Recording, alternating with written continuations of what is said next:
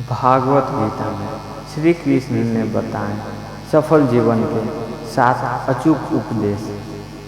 भागवत गीता के उपदेश में पहला आत्मा का वर्णन है। भागवत गीता के उपदेश में एक श्लोक है। गीता के उस श्लोक में भगवान कृष्ण ने मानव शरीर की तुलना शरीर पर पहने कपड़े से की है। ऐसा कपड़ा जिसे आत्मा हर जन्म में बदलती है, अर्थात मानव शरीर आत्मा का अस्थायी वस्त्र है जिसे हर जन्म में बदला जाता है। इसका तात्पर्य यह है कि हमें शरीर से नहीं, उसकी आत्मा से व्यक्ति की पहचान करनी चाहिए। हमें अपनी आत्मा को सदैव शुद्ध रखना चाहिए। हमें कभी किसी का बुरा नहीं सोचना चाहिए। आत्मा ही शरीर की ऊर्जा होती है।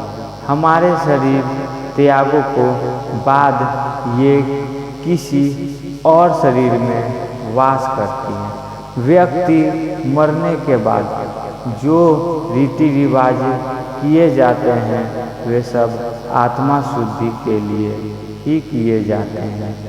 एक नवजात शिशु की आत्मा बहुत पवित्र होती है।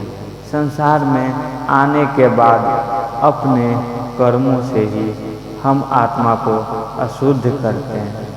भागवत गीता के उपदेश में दूसरा क्रोध का वर्णन है। हम क्रोध को सामान्य भावना मानते हैं, लेकिन यह सामान्य भावना व्यक्ति के भीतर भ्रम की स्थिति पैदा करती है। क्रोध हमारे मस्तिष्क की सोचने की क्षमता को छीन कर देता है। इसके फलस्वरूप हमारा मस्तिष्क सही और गलत के बीच अंतर करना छोड़ देता है। इसलिए व्यक्ति को क्रोध के हालातों से बचकर हमेशा शांत रहना चाहिए। ये बात हमें कई बार महसूस होती है जब हम गुस्से में किसी को कुछ भला बुरा सुना देते हैं या कोई ऐसा निर्णय ले लेते हैं जिसका हमें पश्चाताप होता है। इसीलिए जीवन में अगर सफल होना है तो क्रोध पर नियंत्रण अति आवश्यक है। भागवत गीता के उपदेश में तीसरा अधिकता का वर्णन है। हमारे हिंदू शास्त्रों में एक लाइन बहुत ज़्यादा प्रचलित है, अति सर्वत्र वर्जित। इसका मतलब किसी भी प्रकार की अधिकता इंसान के लिए घातक सिद्ध होती है। संबंधों में कड़वाहट हो या फिर मधुरता, खुशी हो या गम, हमें कभी भी अति नहीं करनी चाहिए। जीवन में संतुलन बनाए रखना बहुत जरूरी है।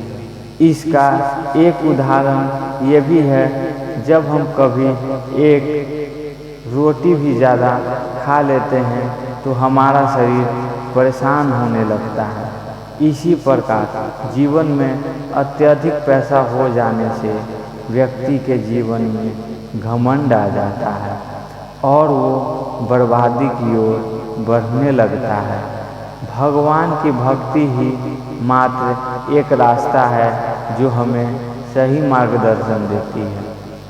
भागवत गीता के उपदेश में चौथा स्वार्थ का वर्णन है। इंसान का स्वार्थ उसे अन्य लोगों से दूर ले जाकर नकारात्मक हालातों की ओर धकेलता है।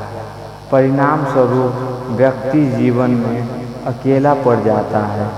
स्वार्थ शीशे में फैली धूल की तरह है, जिसकी वजह से व्यक्ति अपना प्रतिबिंब भी नहीं देख पाता। अगर जीवन में खुशी चाहते हैं तो स्वार्थ को त्याग कर भगवान की भक्ति करें एवं श्री कृष्ण चालीसा का पाठ प्रतिदिन करें। श्री कृष्ण का आशीर्वाद सदैव आपके साथ बना रहेगा। भागवत गीता के उपदेश में पांचवा वर्णन कर्म के फल का है। भागवत गीता के उपदेश में एक बहुत महत्वपूर्ण बात लिखी हुई है, कर्म करो, फल की चिंता मत करो। इस उपदेश का तात्पर्य है कि जीवन में जो भी काम हम करते हैं उसे निस्वार्थ भाव से करना चाहिए। यदि ऐसा होता है तो एक ना एक दिन हमें उसका फल जरूर मिलता है। ये किसी भी प्रकार का काम हो सकता है, चाहे किसी की सेवा करना, मदद करना, बिजनेस में प्रयास करना या फिर जीवन में किसी बाधा का सामना करना। हमें सब कुछ अपने ईश्वर पर छोड़ देना चाहिए। बस अपने कर्म पर ध्यान देना ही हमारे बस में है। अपने कर्म पर ध्यान देना ही हमारे बस में है। ईश्वर हमेशा अपने मनुष्य को साथ देता है। आखिर ईश्वर ही है जिसने मनुष्य को बनाया है। जब व्यक्ति इस प्रभावशाली सत्य को स्वीकार कर लेता है तो उसका जीवन पूरी तरह बदल जाता है। इसीलिए कभी भी उसे अपने भविष्य या अतीत की चिंता नहीं करनी चाहिए। इंसान को कभी अपने कर्तव्य से मुंह नहीं मोड़ना चाहिए। उसका जीवन उसके कर्मों के आधार पर भी फल देगा। इसलिए कर्म करने में कभी हिचकना नहीं चाहिए। इंसान को अपनी इच्छाओं को हमेशा नियंत्रण में रखना चाहिए। बिना फल की इच्छा करते हुए अपनी इच्छाओं को नियंत्रित रखकर कर्म करते रहो। निश्चित रूप से आपको सभी कार्य पूर्ण होंगे। बस विश्वास पूर्ण रखें।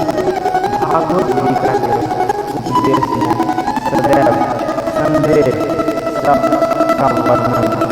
संदेह या शक मजबूत विश्व को भी खोखला कर देता है। जिज्ञासा होना लाजमी है, लेकिन पूर्ण सत्य की खोज या फिर संदेह की आदत इंसान के दुख का कारण बनती है। व्यक्ति कई बार संदेह में अपने करीबी को भी भला बुरा कर देता है और यही आपसी रंजिश का कारण बन जाता है। हमें कभी भी बात की गहराई जाने बिना किसी पर संदेह या शक नहीं करना चाहिए। मृत्यु ही सत्य का आखिरी वर्णन है। इस जीवन का मात्र एक ही सत्य है और वो है मृत्यु। भागवत गीता के अनुसार मृत्यु भी सत्य है। ये हर व्यक्ति को मालूम होना चाहिए। एक न एक दिन का अंत भी निश्चित है। जब इस बात को हम जानते ही हैं तो इंसान मौत से डरता है। जीवन में अटल सच्चाई से भयभीत होना वर्तमान खुशियों को बाधित करता है। इसीलिए किसी प्रकार का डर नहीं रखना चाहिए। जीवन हमेशा भय मुक्त होकर जीना चाहिए और